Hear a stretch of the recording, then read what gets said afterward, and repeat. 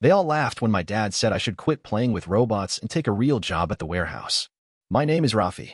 I'm 29 years old, and I live in Flagstaff, Arizona.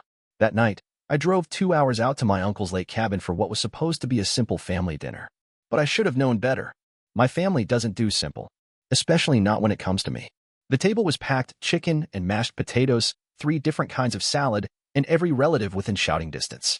I was wedged between my cousin Nate and Aunt Gloria, who'd been sipping Chardonnay like it was apple juice. The talk turned, as it always did, to work. "So, Rafi," Uncle George said, nudging his wife with a grin, "still doing that online tutoring hustle of yours?" I smiled politely. "Yep, still at it. He's a boss now, right?" my sister joked, waving a fork. "What do they call it? CEO of Zoom or something?" "CEO of Basement Webinars," Nate added. That got a few more laughs. I tried to laugh with them. I really did. Actually, it's more like building educational software now. AI tools for underserved schools. Dad snorted into his sweet tea. AI tools, huh? Sounds like science fiction to me. "You know, if you want real security, Rafi, your cousin Darren's hiring down at the warehouse. Management level." There it was.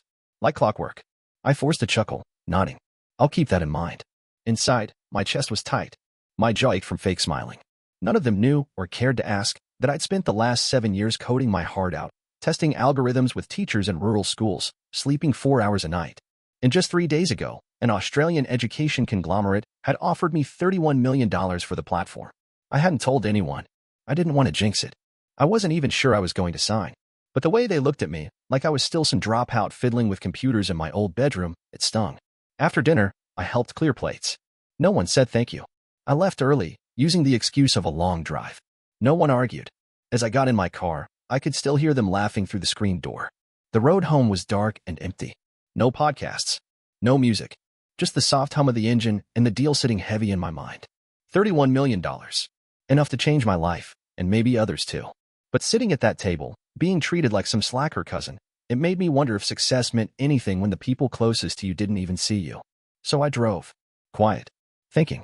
Waiting to decide if I'd take the money, or if I wanted something more than that. The first time I fell in love with learning, I was sitting on a busted Dell laptop in the corner of our garage. I was 13, the air smelled like gasoline, and I had just discovered Khan Academy on my neighbor's unsecured Wi-Fi. Until then, school was just something I showed up for. I wasn't failing, but I wasn't exactly thriving either. Nobody in our town expected more than a trade or a union job. The best-case scenario was working up to foreman at the lumberyard. But then I watched this guy on YouTube explain long division like he actually cared if I got it. He had this calm voice, like he believed anyone could learn anything if they just had time and patience. I stayed up that night until 2 in the morning, going from fractions to basic algebra. By the time my mom came in with laundry, I was halfway through a video on quadratic equations. "You're still up?" she asked, setting the basket down. "That old thing's gonna fry your brain." I looked up and smiled. "I think I'm actually getting this." She didn't say anything after that.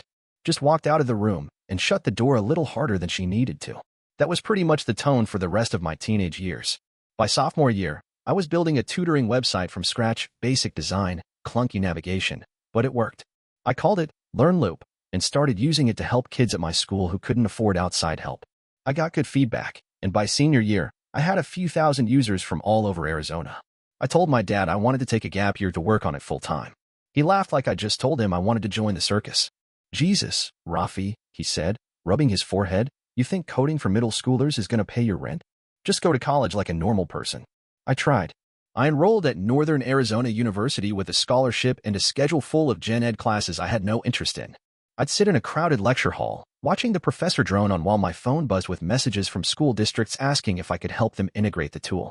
By the end of my second semester, I dropped out. That was the beginning of the real divide between me and my family. They didn't yell, exactly. But I started getting the silent treatment at dinners. Jokes about my website job became more frequent. Everyone assumed I'd come crawling back once I grew up. I didn't. Instead, I worked part-time at a diner and spent every other waking hour upgrading LearnLoop. I added AI personalization, built in analytics for teachers, started reaching out to schools directly, offering it for free to districts that couldn't afford anything better. I lived off canned soup and discount ramen, skipped birthdays, missed weddings. Every spare dollar went into servers and UX testing.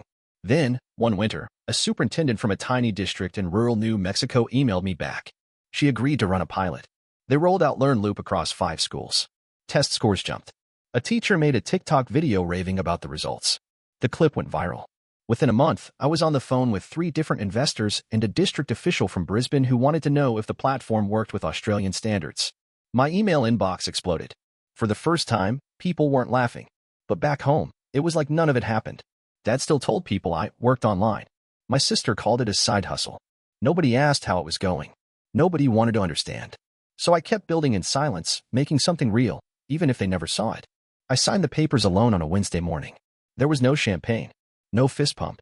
Just me sitting at my kitchen table, a chipped mug of black coffee in one hand, a pen in the other, and a $31 million deal staring back at me.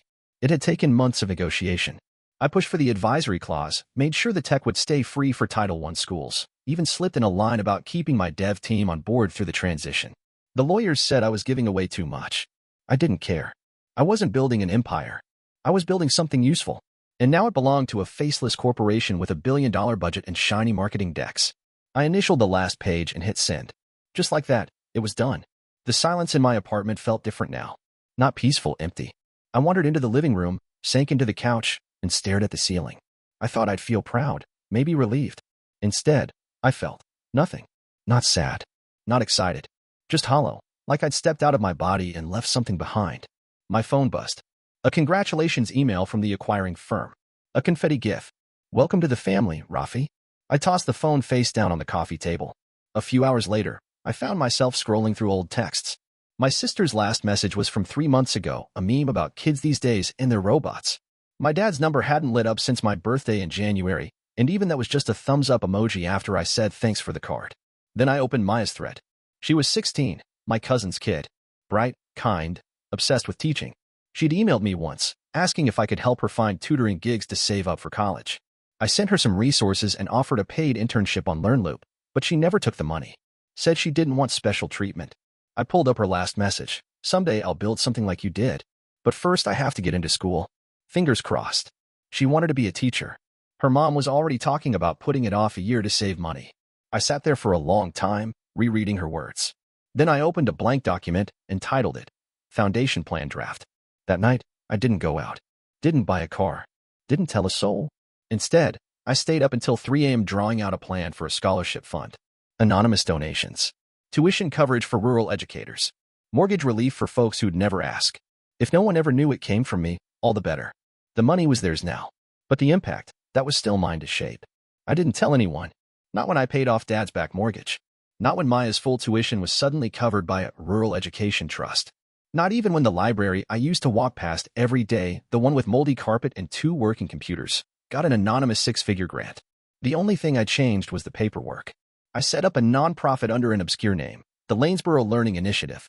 It sounded small, like something a retired school counselor might have created. That was the point. I didn't want recognition. I wanted distance. The money came from an endowment I funded with the first chunk of the sale. Legal layers and fake signatures protected my identity. The trust board was real, mostly retired educators I reached out to with vague LinkedIn messages. They thought I was just a generous donor. Nobody asked questions. Nobody dug deeper. I still lived in the same 2-bedroom apartment in Flagstaff. Still drove the same old Toyota. Still wore the same hoodie I'd owned since college. If anyone noticed anything different about me, they didn't say it. At Sunday dinner a few weeks later, Dad mentioned offhand that the bank had messed up and wiped out his past due payments.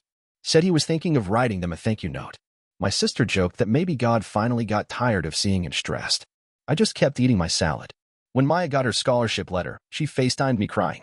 Said she couldn't believe a stranger believed in her enough to pay for her to become a teacher. I told her whoever it was made a smart choice. Then I muted the call for a second so I could breathe. I visited the library one morning just to see if the renovations had started. They had. New computers, fresh paint, even a clean break room for the staff. I stood outside for a while watching a couple of teenagers play with the touchscreen kiosk I helped build years ago. Nobody looked at me twice. I liked it that way. Back home, I kept my same schedule. I worked part-time on a side project, made lunch, hit the gym, answered emails for my advisory contract. I even said yes when Nate invited me to his kid's birthday party. People were too distracted by bounce houses and hot dogs to notice me slipping a new iPad into the gift pile. My family started talking about our lucky streak, like it was some cosmic coincidence. My uncle joked that maybe we finally had a guardian angel. I just nodded and said, yeah, maybe. Some nights, I'd sit in my car and watch their houses through the windshield. Not in a creepy way. Just enough to know they were okay. Porch lights on. Bills paid. Nobody drowning anymore. And still, not one of them knew it was me. That felt better than any applause ever could. They never saw me coming, but they were starting to feel me now in small, quiet ways that didn't require an explanation. And I preferred it that way. It started with Keenan. He cornered me one Saturday afternoon while I was helping Layla hang shelves in her garage. The drill was still humming when he leaned against the doorframe, arms crossed, brow furrowed. "You got a minute?" he asked, too casually. I wiped my hands on my jeans and followed him outside. He didn't speak right away, just stared down the driveway like he was watching for something. Finally, he said, "Can I ask you a weird question?" I shrugged. "Sure. What's going on with you?" I blinked. "What do you mean?" He glanced over. "You've been different. Not flashy or anything. Just lighter. Like you're not stressed anymore. But you haven't said anything." I gave a half smile. "I guess I'm just sleeping better." Keenan wasn't buying it. "You're also tipping like a drunk millionaire and paying for Maya's textbooks on the sly." My stomach tightened. "She told you?" He nodded. "Not on purpose. I saw the delivery slip. Said it came from an anonymous donor through that weird-sounding trust. She doesn't know it's you." I looked away, hands in my pockets. "You gotta understand," he said, quieter now. "I've been around long enough to smell when something doesn't add up. I'm not mad. I'm just wondering why you're hiding it." I didn't answer right away, mostly because I wasn't sure I could explain it. How do you tell someone that you spent your whole life being underestimated, and that staying invisible, even after the win, felt safer? He didn't push. "All right," Keenan said, after a minute. "I won't dig. But for what it's worth, whatever you're doing, it's working. People are noticing." That night, I opened an email I'd been avoiding. It was from Maya. Subject line, "Letter to the donor." She had no idea it was me, of course. The message had been routed through the trust's admin inbox, but her words still landed like a punch to the chest. "Dear whoever you are, I don't know your name, but I hope you read this. I come from a place where teachers are overworked and underpaid, where dreams like mine usually stay dreams. You changed that, not just with the money, but with the belief. I don't know what I did to deserve this, but I promise I'll make it matter. Thank you for seeing me." I read it 3 times. The third time, I had to set my laptop aside and just sit there for a minute, head in my hands. I wasn't used to being seen, not like that. I'd built a system where I was the ghost in the machine, the man behind the curtain. And now, little by little, people were starting to tug at the corners. I wasn't sure how much longer I could stay hidden, or if I even wanted to. I asked Layla to meet me at our favorite diner, the one with the bad coffee and the lemon pie that somehow made up for it. She showed up in her usual oversized cardigan and messy bun, slid into the booth across from me, and eyed me like she already knew something was up. "You okay?" she asked, stirring cream into her cup. "I'm fine," I said, "but I need to show you something." I pulled a manila envelope from my backpack and set it on the table. She looked at it, then back at me. "Is this about Dad?" "No. This is about me." Her fingers hesitated before she opened it. First came the trust documents, the Lanesboro Learning Initiative, the payouts, the scholarship letters, the renovation checks, then the acquisition paperwork, LearnLoop, the sale agreement, my name printed right above the figure. $31 million. She flipped through in silence, her hand pressed to her mouth. It wasn't until she got to the signed wire transfer receipt that she let out a breathless, "Holy crap." "Yeah," I said, trying not to smile. She blinked hard, then looked up at me. "You built something this big and didn't tell anyone?" I nodded. "Why?" I picked up my coffee and stared into it for a second. "Because they would have laughed. Or asked me to prove it. Or said I got lucky." Layla shook her head. "They won't believe this. They don't need to. But you do. Because I need your help." "With what?" "With telling them." She raised an eyebrow. "You sure you want that?" "Not all at once. I'm tired of hiding. But I also don't want to drop a $31 million bomb on a family who still thinks I run some tutoring blog in my bedroom." Layla let out a soft laugh. "Okay, fair. So we do it slowly," I said. "Breadcrumbs. Little things. Let them connect the dots." "You think they'll get it?" "I don't know," I said. "But I want them to try." She sat back, processing. I could see her mind racing, the planner in her kicking into gear. "We'll start with Maya," she said. "She's already grateful. Let her find out first. Then the library. Maybe there's a local paper that'll cover the renovation. Drop your name in casually. Not a spotlight. Just part of the story." "Exactly." Layla smiled, then reached across the table and squeezed my hand. "You did something incredible, Rafi. It's time people saw you for who you really are." That hit me harder than I expected. No one had ever said that to me, not like that. Not with pride. We left the diner an hour later, full of ideas and bad coffee.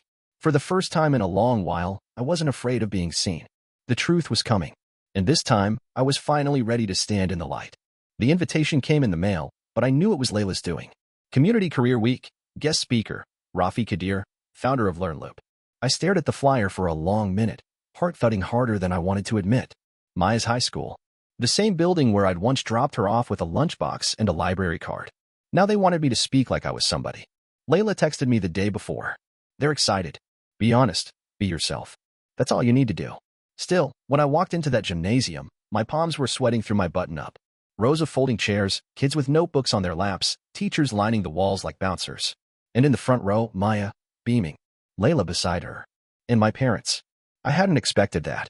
Dad looked like he'd just come from the auto parts store. Mom had on her Sunday sweater. Neither of them waved. Just watched me walk up to the mic, puzzled, like they weren't sure why I was standing there. I tapped the microphone gently. It screeched once, then settled. Hi, I said, trying not to sound shaky. My name's Rafi Kadir. I build educational software. A few kids whispered. One kid in the back raised his hand before I even got going. Did you sell something for, like, $30 million? Laughter rippled across the room. I grinned. Yeah, I said. But that's not the important part. I told them about the garage, about the first time I saw a Khan Academy video, about building LearnLoop with duct tape and borrowed Wi-Fi. I told them about the pilot program in New Mexico, about the nights I slept under my desk with ramen wrappers everywhere, about hearing no more times than I could count. And then I told them why I kept going. Because I remember what it felt like, I said, to want to learn and not know where to start. I wanted to fix that. So I did. The gym went quiet.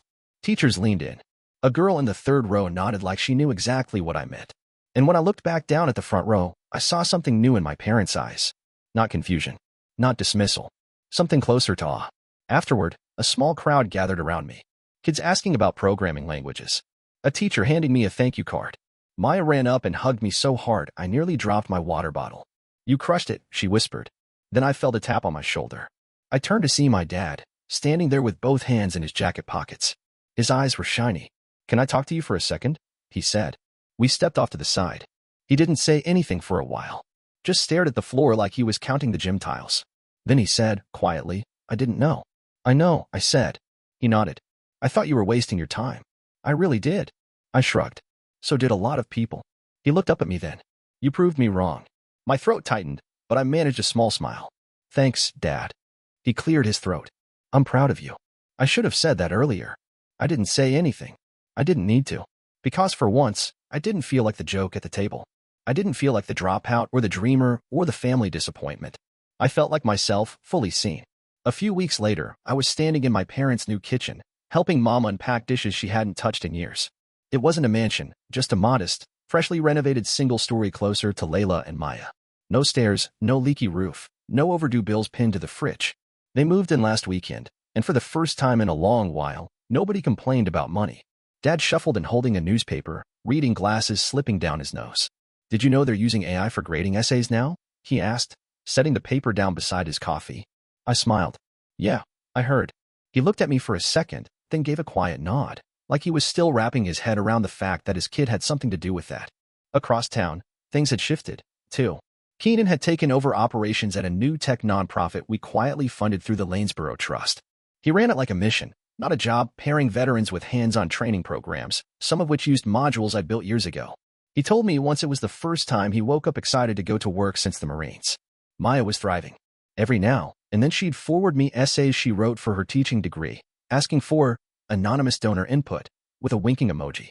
I never gave her edits, just notes like, you already know the answer, trust your instincts.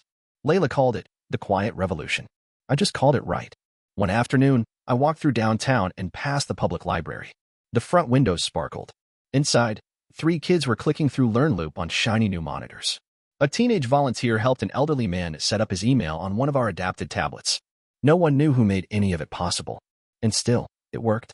That was enough. I stopped in at a nearby coffee shop. The barista, maybe 18 or 19, was helping a younger girl with her homework at the back counter. Go to the sidebar, he said gently. Click on guided mode. It'll walk you through it. She beamed. Oh, it talks to you now. Yup, he said proudly. It's new. This app's actually super smart. I didn't say a word. Just smiled, paid for my drink, and walked out. On the walk home, I passed a group of kids waiting for the city bus. One of them was using the LearnLoop mobile version, earbuds in, swiping through math flashcards like it was a game. They didn't know my name. Didn't need to. I used to think legacy meant recognition. Now I know better. It's the ripple. The way small things quietly transform a place. A family. A future. And finally, I wasn't the only one who saw it. There were still questions hanging in the air, how it all happened, where the money came from, but no one asked them out loud anymore. They didn't need the full story. They just needed to know I was part of it.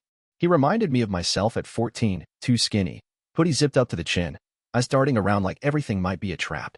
His name was Jalen. A teacher from Maya's program had referred him to the youth tech workshop I quietly sponsored. She said he was smart but restless, already coding simple games on a borrowed Chromebook. Said he didn't see the point of high school anymore. He wants to drop out, she told me. Thinks he can build the next big thing from his bedroom. I met him on a Thursday afternoon, just me, him, and a couple of soldering kits in the back room of the community center. He barely looked at me at first, just muttered a hello and kept fiddling with the circuit board. I heard you're thinking about quitting school, I said after a while. He shrugged. It's boring. Teachers don't care. I can learn more online. He wasn't wrong. Yeah, I said. I dropped out too. That got his attention. But I did it with a plan. And I didn't do it alone. He sat up straighter. So you think I should do it? I think, I said, you should treat your future like a startup. Test it. Stress it.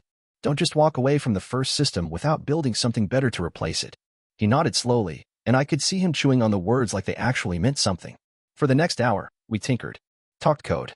Talked life. I didn't tell him about the money. Didn't name drop LearnLoop. Just listened. Encouraged. Let him be heard. As we stepped outside into the afternoon light, he swung a backpack over one shoulder and looked at me. Are you going to be around? Yeah, I said. Whenever you need. He nodded once, then biked away, hoodie flapping behind him like a flag in the wind. I pulled out my phone. Another licensing offer. Some European district wanted to roll out the platform nationwide. I stared at the screen for a second, then silenced the notification and slipped the phone back in my pocket. Some things could wait. I watched Jalen disappear down the street, thinking about how it all starts, with a spark, a chance, a voice saying, yeah, I believe in you. And just like that, another quiet success story was beginning.